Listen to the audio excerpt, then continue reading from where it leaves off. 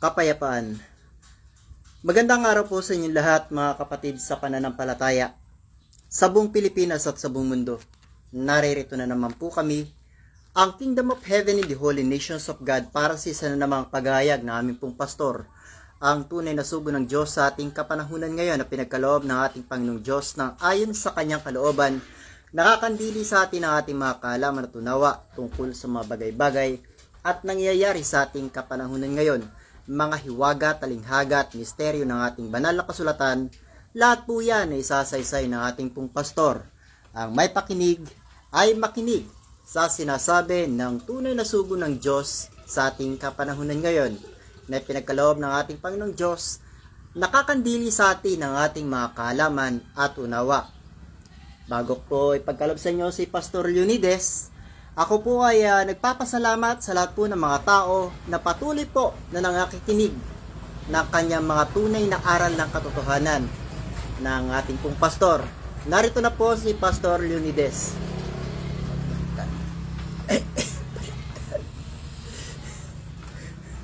Well, kagaya na madalas ko sabihin sa inyo, buong Pilipinas at buong daigdig, hindi kayo babatiin ng magandang umaga dahil wala pang naging magandang umaga sa ating kapaligiran. So, ayon sa aking narinig at nakikita sa inyong mga video, itinatago man ninyo o hindi, nakikita ng Espiritu sa amin binabalita. Kaya naitago nyo sa mga reporters nyo na hindi pakita yan, pinakikita na sa amin ng Diyos kung ano mangyayari. Dahil nung panahon ni Jesus, ipinakita ng Diyos sa kanya ang mangyayari. Nandun sa Matthew 24 na magkakaroon ng makaingay na digmaan, alingaw na digmaan, alingaw-ngaw, at doon na magumpisa ang kagutom. Bakit? Dahil masisira lahat ng mga pagkakitaan at mga negosyo ng mga tao at magumpisa na talaga ang kagutom. Hula yan ni Jesucristo ng panahon niya. At sa panahon natin, yung hula na yun ay nagaganap. Dahil yun na sinabi niya, isang tuldok, isang kudlit, walang mawawala sa kautusan hanggang sa lahat ay maganap. So naganap noon, magaganap din ngayon. Kasi Dahil history repeat itself. Ang digmaan noon, iba ang klase ang digmaan ngayon. So, nagaganap pa rin yung hula. Sa anong dahilan? Dahil sa katigasan ng ulo ng tao, mayayabang, nasabi ni Pablo. Diba sabi mo nga, Ikalawang Timoteo Kapitulo 3. Datapwat alamin mo ito na sa mga huling araw ay darating ang mga panahong mapanganib. So, bakit mapanganib? Dahil mga tao mayayabang. Akala nila, sisikat sila sa pamagitan ng pagkakatha o paglilikha ng digma, paglilikha ng mga batas na walang katuturan, lalo-lalo yung vaccine na yan, yan ang batas na walang katuturan, Para daw po malaman ng nagigipit lang sa tao. tao. Para daw po malaman ng mga tao kung sino yung pinaka-superpower na bansa. Super power ninyo. Pag naubos na ang tao nyo, saka kayo manghina. O, pagkatapos magsisi kayo. Ayan, ang sinasabi ni Kristo, walang unang pagsisisi, kundi sa huli parate. Sinabi na ni Lynn Agno kanina, o nga, patayan, patayan. Ubusan ng tao, pati anak, pamilya, lahat. O, pag wala na kayo magawa, saka kayo manghina. Alright. Pag manghina kayo, di magsisisi na kayo. Pero primero, akala nyo tigre kayo. Akala nyo agila kayo. Akala nyo kaya nyo lahat ng tao. So, sinabi nga ni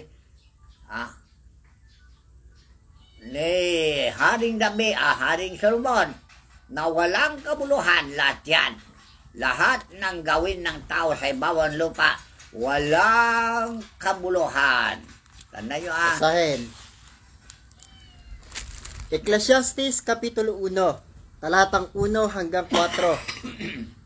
Ang mga salita ng mga ngaral na anak ni David, hari sa Jerusalem, walang kabuluhan ng mga walang kabuluhan. Sabi ng mga ngaral, walang kabuluhan ng mga walang kabuluhan, lahat ay walang kabuluhan. O, see? Dahil sa kayo'y payabangan, patapangan, kunwari matapang, kala mo matun, kaya niyang lusubin ng kanyang away, pag natalo siya, sisi siya. O, kita na. Bakit? Diyan ba ay talagang may kabuluhan? Wala nga raw kabuluhan, sabi ni Haring David, Haring Solomon. Sinabi rin kanina ni Lynn Agno. O, tingnan nyo, tapang-tapang ninyo. Pag naubusan na kayo ng armor, saka kayo magsisi. Bakit? Ubusan ng armor, ubusan ng tao. O, ano ngayon? May balik ba ninyo yung patay? Mabuhay ba ninyo yung patay? Walang kabuluhan yan. Dahil lahat ng tao sa digmaan, lahat ay talo. Talaga. Ginagamit lang kayo ng mga yayabang, ng mga pinuno na yan. Yung mga milyonaryo, trilyonaryo, ginagamit lang kayo para patapagin kayo, para gamitin niya kayo sa kanilang kasikatan. Pasikat sila. Pinagagamit nyo ang katawan ninyo sa taong pasikat. Kayong mga sundalo. Hindi ba sabi ng Diyos, huwag niyong pagagamit ang iyong katawan na bilang kasangkapan ng kalikuan, kundi paggamit niyo ang iyong katawan sa Diyos upang kasangkapanin niya sa kanyang katuwiran. Roma 6:13. Sige, basahin.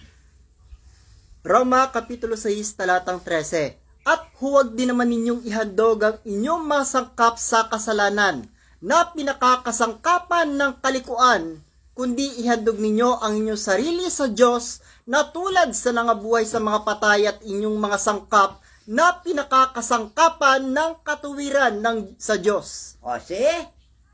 Kayo mga sundalo, kayo mga galamay ng bayan, Kapulisan. kayo mga general, saan nyo pinagagamit ang inyong katawan? Sa tao o sa Diyos? Mag-isip-isip kayo, ha? Matatalino kayo eh. Pero hindi nyo ginagamit ang talino nyo sa wasto. Ginagamit nyo ang talino nyo sa pagkakapirahan. Hindi ba sinabi ko sa inyo yan? Opo riyan ni Satanas, pera. Para magpatayan kayo. Para marami siyang kasamain sa impyerno. So, pinagamit nyo ang katawan nyo kay Satanas dahil kinagat ninyo yung alok ni Satanas na pera. See? Itong pera na ito, yan ang ugat ng lahat ng uri kasamaan, sabi ni Pablo. Okay, so, kaya nagpapatay kayo dahil sa pera eh. O, susuportahan naman kayo na ibang bansa. Nakala nyo ayaw suporta niya, hindi kakapusin din. So, hindi ba kayo napapagod niya sa gera na yun na walang kabuluhan? Patayan? Samantalang nilikha lang kayo ng Diyos. Tapos kayo magpapatayan? Nagpapatayan dahil sa pera. Dahil sa pera na alog ni Satanas. Kapangyarihan. Dahil sa kapangyarihan, karangalan, makatao ang gusto yung angkinin. Karangalan, karangalan ng isang tao, hindi karangalan ng Diyos. Unang Timoteo 6:10. Di basahin. Sa 9 muna po. Unang Timoteo Kapitulo 6, talatang 9 hanggang 10. Datapwat ang mga nagsisipagnasang yumaman ay nangahuhulog sa tukso at sa silo at sa maraming mga pitang hangal at nakasasama na siyang naglulubog sa mga tao sa kapahamakan at kamatayan. O yan, pag-ibig sa salapi, yan ang kamatayan ninyo. Dahil yan ay alok ni Satanas para magkamatayan kayo. Ito pa po, sa 10. Sige. Sapagkat ang pag-ibig sa salapi ay ugat ng lahat ng uri ng kasamaan na sa pagnanasa ng iba ay nangasinsay sa pananampalataya at tinuhog ang kanilang sarili ng maraming kalumbayan. Hindi ba kayo nalulumbay kung pamilya yun nangangamatay, kung ang bayan nyo nasisira, at mga pinagtatay nyo mga bahay ay magigiba? Alright. Saan kayo kukuha ngayon nang ipapalit ninyo? Matagal pa yan, tandaan nyo. Nasapitin yung hirap at kagutom. Alright. So, wala rin kabuluhan. Kaya, tigil na niyo yung gira-gira na yan, ha? Yung mga ginagawa yung vaccine na yan, na panlilin lang sa mga tao. Trap yan, para kumita lang kayo ng pera. Panggigipit sa mga taong walang malay. Kaya tigil na yung mga modus ninyo na yan. Dahil alam ng Diyos na yan ay walang kabuluhan. So, ano ang sabi ng Diyos? Magpayapa kayo. Alright. Mag-aral kayo ng Ebanghelyo. Magsisi na kayo, sabi ni Jesus. Yung una niyang pangaral, Marcos 1:15. Marcos Kapitulo 1, talatang 15.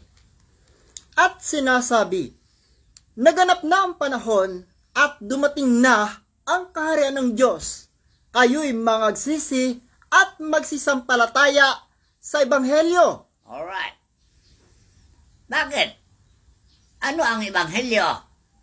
Sabi ni Pablo, siyang tagapagturo natin upang hiyatin tayo kay Kristo gaya ng dalagang malinis. Dahil ipakakasal tayo kay Kristo gaya ng dalagang malinis.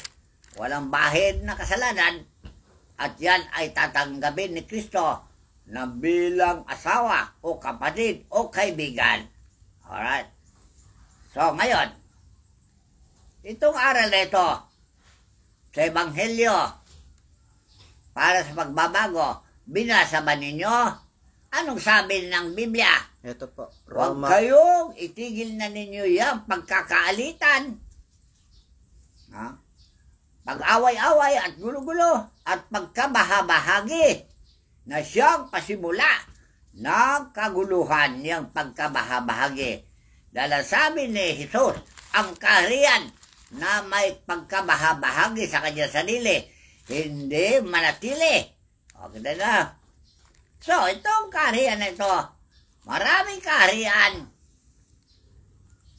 Kaharian ng Amerika, kaharian ng Russia, kaharian ng China.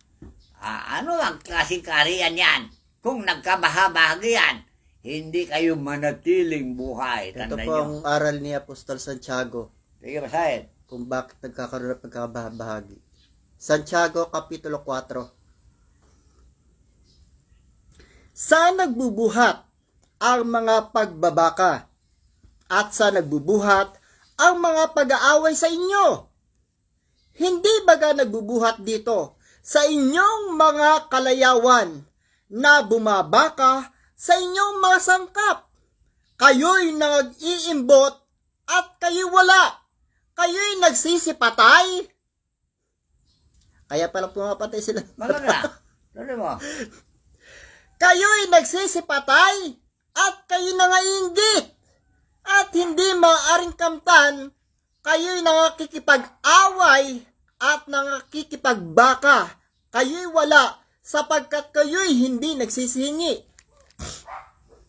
Nagsisingi kayo? Kayo'y nagsisingi at hindi kayo nagsisitanggap sapagkat nagsisingi kayo ng masama upang gugulin sa inyong mga kalayawan. See?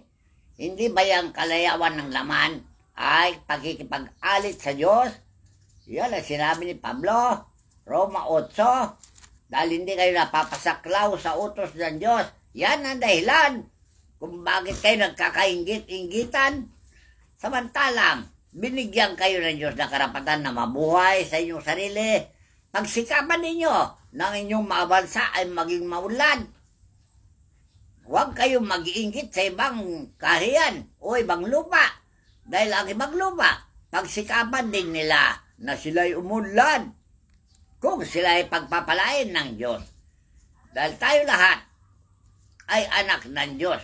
Ako sa inyo, binigyan kayo ng bansa na inyong pamamahalaan. Kayo, mga hari, mga pinuno, pagsikapan nyo, ayusin ang inyong bansa at huwag kayong manakop pa sa ibang bansa. Yeah, nag-aangkin sila ng ibang bansa, hindi naman kanila. Gusto nila sakupin nila lahat ng bansa. Binigyan kayo ng pamahalaan, husayin ninyo yung pamamahalan nyo sa inyong bansa. Dahil yan ang responsibilidad ninyo sa inyong kapwa. Kayong mga nagnais na maging mataas na posisyon na sinabi ni Pablo, alam nyo, mataas na posisyon, obispo ang tawag yan. Basahin.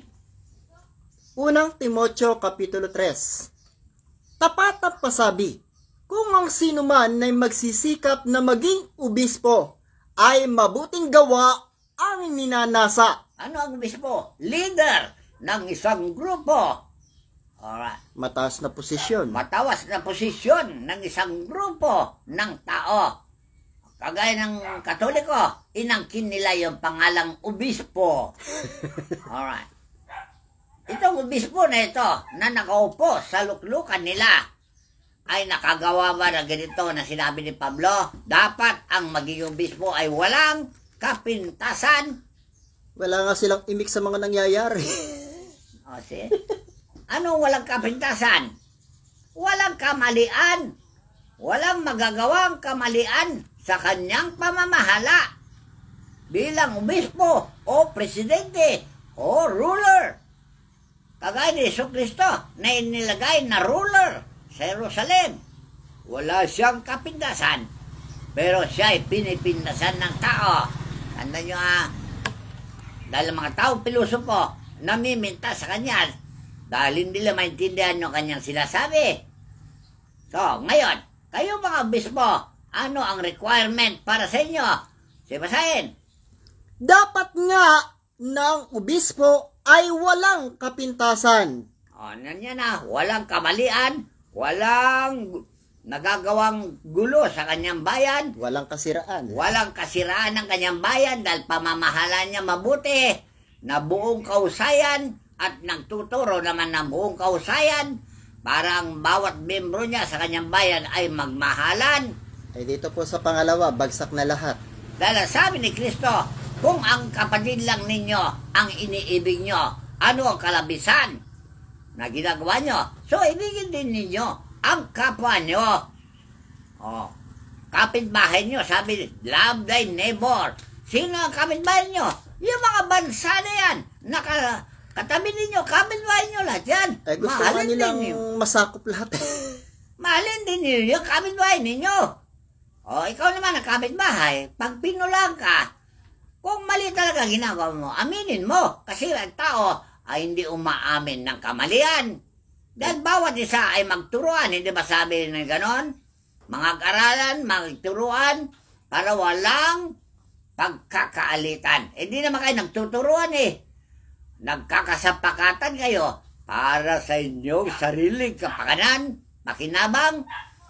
Ibinubuli nyo ang inyong mga tao sa kamatayan, hindi naman kayo lumalaban. O, kita nyo, ang inilalaban nyo ang inyong taong bayan. O, kung mali po lahat yung taong bayan ninyo na yan, ano ngayon ipagmamalaki mo? Di maghanap ka na naman ng kasapakat mo sa ibang bayan. Ito naman bayan na ito, manggatong din naman. Kaya sabi ni Haring Solomon, kung walang gatong, mamamatay ang apoy. Totoo ba? Panggatong tong Amerika, China, Russia. Amerika, gatong ng gatong. China, gatong ng gatong. O, yan ba panggatong na yan, matitigil ba ang apoy o gyera? Tandaan nyo, walang kabuluhan yan. Mga matay kayo lahat yan. At yun ang pagsisisihan nyo pagkamatay ninyo. Yan ang sinabi ng Panginoon dito. Ang tao, saka palang magsisi, pag siya namatay na, wala na. Wala na siyang karapatan na pumunta sa buhay na walang hanggan. Impyerno yan. Baka hindi kayo maniwala sa impyerno. Lahat kayo ay bubulit sa impyerno sa inyong kagagawan na yan. Dahil mayayabang kasi kayo nang sinabi ni Pablo. Sino mo yung Timoteo? Mayayabang, mapagbataas. Sa obispo po ba? Hindi. O yan sa ano? Pangalawang Timoteo 3:1. Sapagkat ang mga tao ay magiging may bigin sa kanilang sarili. See? Sarili lang inibig nyo, kapwa nyo, hindi nyo maibig, patayin nyo kapwa nyo. Yan ba ang sinabi ng Diyos? Tinuro ba ng Diyos yan? Ayaw nga po nila ng aral ni Kristo. Sinabi ba ng Diyos yan na patayin mo ang kapwa mo? Ibigin mo yung kapwa. Ayaw nila ng aral na yun eh. Turo ba ng Diyos yan o turo ng demonyo? Tandaan nyo ha. Ito na ba? Sa demonyo. May bigin sa salapi. O yan. Puro pasalapi ang pinag-usapan. Bilyon, trilyon. Nasilaw kayo sa kislap ng salapi. Nakala nyo madala nyo na sa langit, yung salapi na yan. Tandaan nyo, wala kayong madala sa langit. Maiwanan lahat dito sa lupa pagkamatay ninyo. Ano pa ang madala nyo? Nakayamanan. Pinagpaguran lang ninyo, ibinulit pa kayo sa impyerno. Ito na ba? May bigin sa salapi, mayayabang. Ano yung kayabangan? Kala nyo, maton kayo. Yung pala, sisiw lang kayo. Kami ang pinaka-superpower na bansa. See? Tapang-tapang nyo. Pag kayo ay nanghina na, nagsusuri na kayo sa ginawa nyo. Mabalik-baba ninyo yung dati. Malalakas daw po kasi yung mga nuclear bomb nila. Nako, kamatayan lahat ng tao yan. At dahil ang tao ang gumagawa ng kanyang kamatayan. Tandaan nyo, kagaya yung nuclear na yan, sinasabi ko sa inyo, huwag nyo pag nasain na paputugin yan. Lahat ng tao ay mamamatay dyan eh. Wala kayong patutunguhan. Wala tayong patutungan sa nuclear na yan, tandaan nyo. Meron daw po silang mga capsule na pagtatago. Ay nako, kahit na may capsule kayo, sa palagay nyo kaya hindi kayo maubusan ng oxygen yan sa capsule ninyo. Ay isang yanig lang po ng hindi isang yanig lang ay pag kinain sila ng lupa, yung capsule nila na yon, yun ang libingan nila. Ataol ka mo. Ataol. Yan ang ataol ninyo, gumagawa kayo sariling ataol. Sa palagay nyo, tatagal kayo dyan sa capsule na yan. Hindi kayo maubusan ng oxygen. Tandaan nyo ha. So, mag-isip-isip na kayo dahil binibigyan ko na kayo ng babala at ipinahiwatig ko na sa inyo ang bagay na hindi nyo nalalaman. Akala nyo hindi dahil sa mabubuko yung init mga ng ulo nyo. Kala nyo, nakagawa kayo ng mga bagay na kaligtasan ninyo. Ano sabi ng Diyos? Walang makakaligtas sa aking kamay. Basahin. Deuteronomio, Kapitulo 32, talatang 39.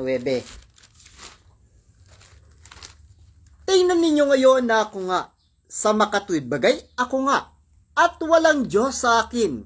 Ako'y pumapatay, at ako'y bumubuhay. Ako'y sumusugat, at ako'y nagpapagaling, at walang makaliligtas sa aking kamay. Diyos lang ang pumapatay, hindi kayo ang papatay. Dahil Diyos ang lumikha ng buhay ng tao, siya lang ang may karapatan pumatay. Bakit nyo pinapatay ang kapwa nyo tao? Makakalikha ba kayo ng tao na gaya ng sangkatawan na ito?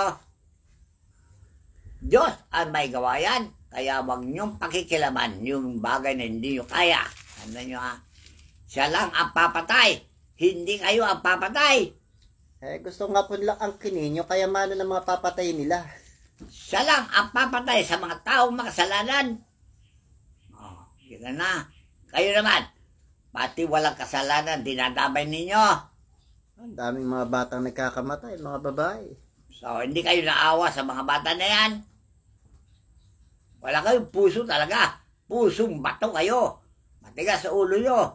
Maton, kunyari. Pero pag nasa impyerno ka na, anong gagawin mo? Magmamakaawa ka na. Tandaan nyo ha. Sino ngayon ang hahango sa impyerno? Ayan ang kulungan ng taong makasalanan. Kapag hindi ka pakawalan ng Diyos yan, hindi ka makakawala hanggang sa hindi mo mabayaran sa huling beles ang inyong ginawang kasalanan.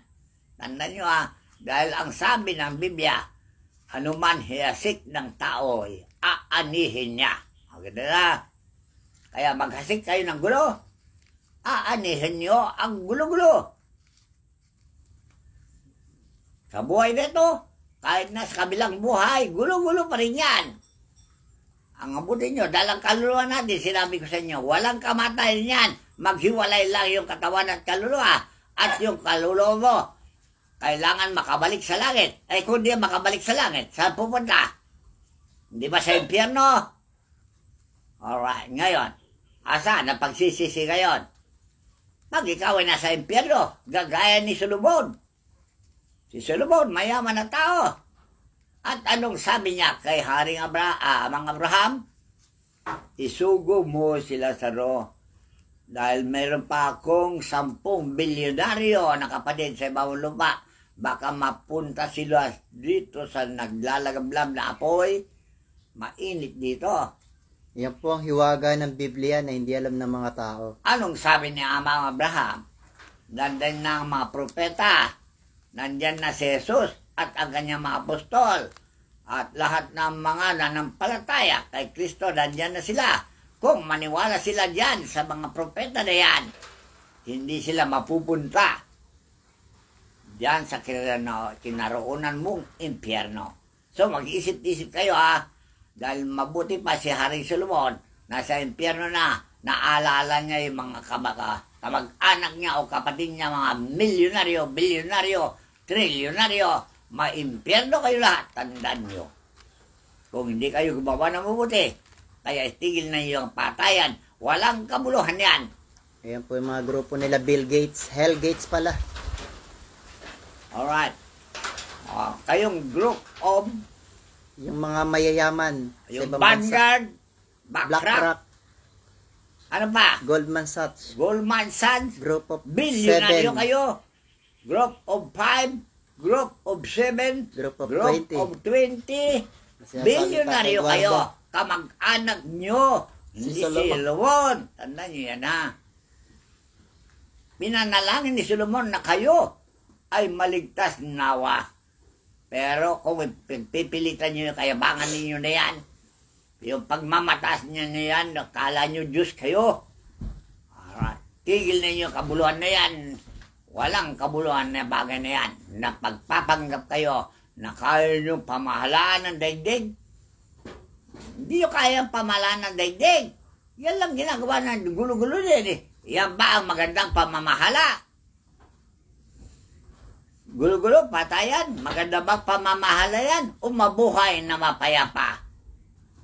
Hindi nga po kasi sila nag-aaral ng mga aral ni Kristo. Ayaw nila ng ebanghelyo ni Kristo. Na ang ebanghelyo ng Panginoon sa Kristo ay pag-ibig sa kapwa. Kaya nga, paniwalaan nyo ay talagang hari ng kapayapaan.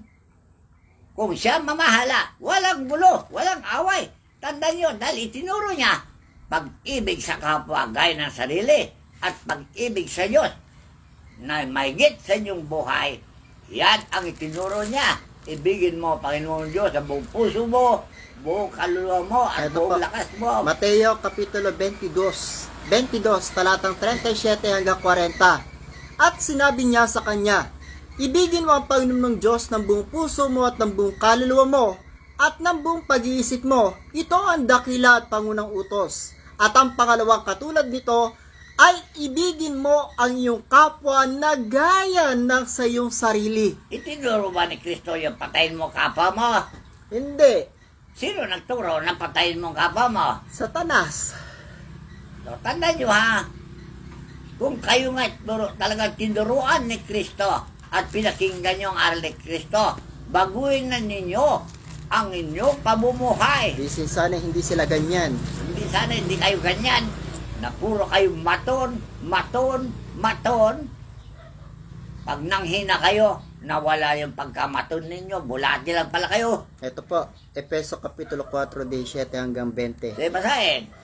Ito nga ang sinasabi ko at sinasaksihan sa Panginoon, na kayo'y hindi nagsisilakad pa na gaya naman ng lakad ng mga hintil sa pagpapalalo sa kanilang pag-iisip. Sige. Na sa kadiliman ng kanilang pag-iisip ay nangahiwalay sa buhay ng Diyos. Ano yung buhay ng Diyos? Mapayapa ang buhay ng Diyos. Walang gulo. Yan ang buhay ng Diyos. Masarap mabuhay ng payapa. Anong gusto nyo? Buhay Satanas? Puro kaguluhan, away, gulo-gulo, gera. Alalahanin nyo na si Satanas ay nagpanggap na Diyos. Tandaan nyo dahil sa kislap ng salapi, na inalok niya kay Jesus, siya rin ang inalok niya sa inyo. At yan ay kinagad ninyo. Yan, pain na yan. Kaya yan ang pagsisisihan nyo bandang huli. Dahil ang Diyos ng kapayapaan ay hindi nyo tinanggap na siyang si Jesus. Ito po, sabi nga po dito, nasa kadiliman ng kanilang pag-iisip ay nangahiwalay sa buhay ng Diyos dahil sa kahangalang nasa kanila dahil sa pagmamatigas ng kanilang puso. See? Talagang puso yung pusong bato. Kaya di ba sinabi ng mga propeta na palitan nyo yung pusong bato ninyo ng pusong laman? See? Yung pusong laman, madaling makaramdam ng hinanaing ng tao. Yan ang pusong laman. Okay, yung pusong bato. Ano pagkakaiba yung pusong bato at pusong laman? Ang pusong bato, matigas. Kaya nga po ito, sabi pa ulit ni San Pablo, na sila sa di pagkaramdam ng kahihiyan ay napahikayat sa kalibugan upang kalakalin ang lahat ng karumihan ng buong kasakiman. O yan, sakim kayo. Gusto nyo, angkinin nyo lahat bansa. Naari ninyo. Kahit samantalang yung sarili yung bansa, hindi pa ninyo na banal. Tapos mag-angkin pa kayo ng isang bansa. Ganun din mangyayari. Hindi, nagasig lang kayo ng lagim sa buong mundo. Anong inasig nyo? Lagim. O yan, nangyari. Lagim. Buti po sana kung mananakop sila ng bansa, babanalin din nila, banal yung bansa nila, babanalin din yung sasakupin talaga, nila. Kaya si Jesus talagang manakop sa mga bansa para banalin niya lahat ng mga sana bansa. Ayaw nyo siyang tanggapin dahil ayaw nyo magbanal.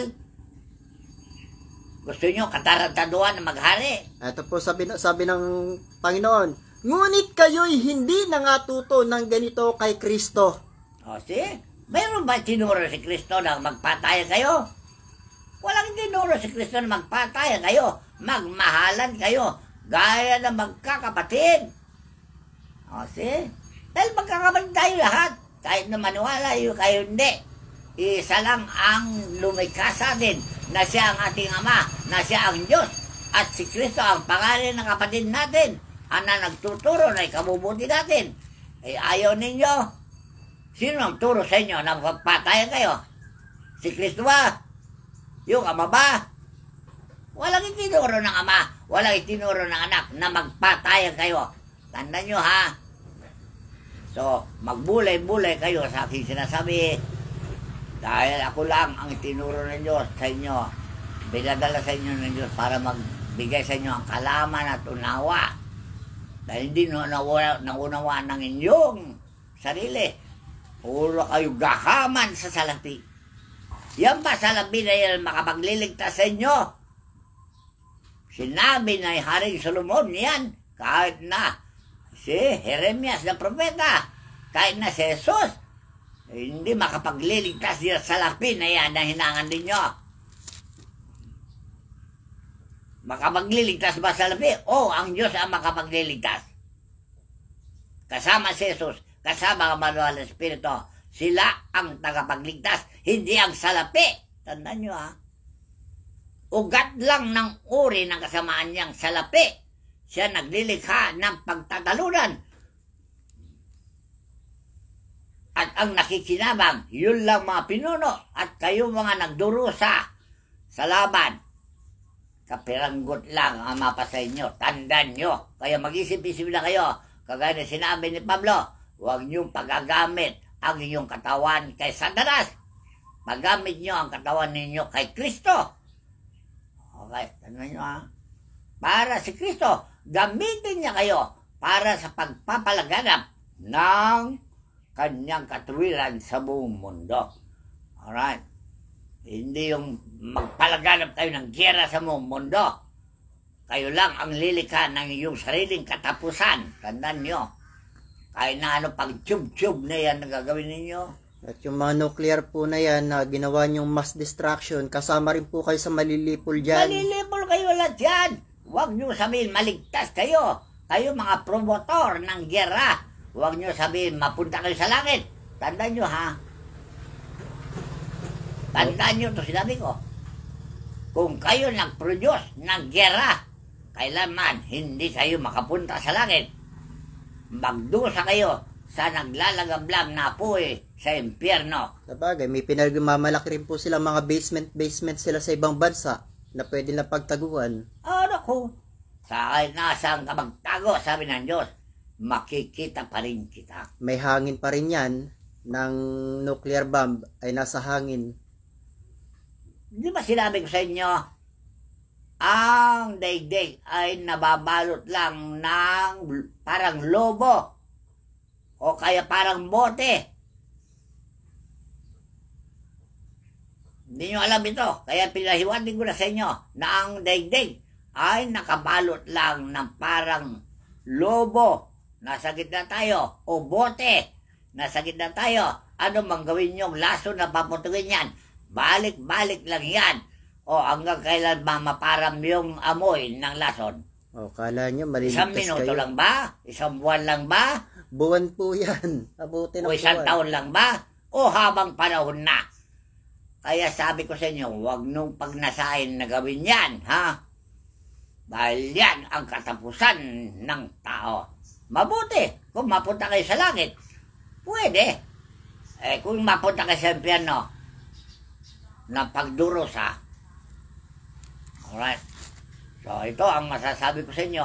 Kaya tigil na nyo yung away-away, gulo-gulo na yan. Kayo mga pinuno ng mga bansa, ng mga remolto, bakit hindi kayo kumikilos para sa kapayapaan? Magmadali kayo. Awatin nyo yung laban. Yung giyera na yan. Patigilin na nyo yan. Walang kabuluhan yan. Nililipunan lang ninyo ang kapwa nyo. Dahil kayo nakasisig pretty dyan sa lugar ninyo, ligtas kayo, baka magaya nyo si Parahon, nung panahon niya, sa Exodo, nung namatay lahat ng tawan niya, saka siya naupo sa trono, nag-iisip, ano sabi yung asawa niya? Ikaw kasi, nilalabanan mo si Moses. O ngayon, sa panahon, ano masasabi mo? Kanino nandun ang Diyos? Si Moses ba o sa iyo? Anong sabi ni Parahon? Ang Diyos ni Moses ay totoong Diyos. O kita na. Magsisisi bandang huli. Pero namatay na ang mga sundalo niya, mga alagad niya. Saka pa lang niya magsisi. Tapos na ang ginawa niyang karahasan. Nakala mo tigre. Yung pala sisi. So, sa madaling salita po pala, iyan din yung kakahantungan ng mga sundalo at kapulisan. Talaga! Na magkakamatay din silang lahat kapag kami nangyaring ganyan. Sayang lang ang mga buhay nila. Pinagamit lang nila sa tao. Kayo, mag-isip-isip na kayo, mga tao. Habang may panahon pa, magbago na kayo. Iwasan na ninyo yung patayan. Kayo mga sundalo, mauubos kayo, tandaan nyo. Sila yung kauna-unang mauubos talaga dyan eh. Marami ako sasabihin, pero yung mga sinabi ko sa Biblia, magbago na kayo. Tuloy mo yung piso. Kung kayo nga tinuruan ni Kristo, at ang salita ni Kristo ay nanahan sa inyo, baguhin nyo ang yung pamumuhay na sumama na sumama. Kung tunay na siya inyong pinakinggan at kayo tinuruan sa kanya, gaya ng katotohanan na kay Jesus, at inyong iwan tungkol sa paraan ng inyong pamuhay na nakaraan, ang dating pagkatao na sumama ng sumama ayon sa mga kahalayan ng pagdaraya, at kayo'y magbago sa espiritu ng inyong pag-iisip, at kayo'y magbihis ng bagong pagkatao na ayon sa Diyos ay nilalang sa katuwiran at sa kabanalan ng katotohanan. O, hindi kayo nilalang para kayo maging demonyo lahat. Nilalang kayo para magbanal kayo. O bakit kayo nagiging demonyo? Inudyukan kayo ni Satanas. Tandaan nyo, dahil sa kislap ng salapi, nalasing kayo, di nyo alam inyong ginagawa. So, magbago na kayo. Basahin yung Ebanghelyo, dahil ang Ebanghelyo ay siyang kaligtasan ng lahat ng tao. Marami pa ako sasabihin nga, sinasabi ko sa inyo, pero hanggang dito lang. Kung mayroon kayong di naintindihan, magtanong kayo. Handa naman akong sumagot sa inyo kung di nyo manawaan yung sinasabi ko sa inyo. Ito po ating huling mensahe. Galing po kay Apostol San Pablo. Kaya nga pagkatakwil ng kasinungalingan ay magsasalita ang bawat isa sa inyo ng katotohanan sa kanyang kapwa, sapagkat tayo mga sangkap na isa't isa sa atin. Kayo'y magalit at huwag kayong magkasala. Huwag lumubog ang araw sa inyong galit. O, habang panahon ba yung galit niya yan? Inumpisa niyo galitan, alitan, pag-aaway. Habang panahon na yan, hindi na matigilan. Eh pagka hindi po kasi Sino nilalapigilan maubos? yan, Kayo lahat ang maubos, tandaan nyo. kanya-kanya ng pindutan niya ng push button ng nuclear bomb. Kayong lahat ay maubos. Sinabi ko na sa inyo, kahit na meron kayong tiyog na pagtataguan.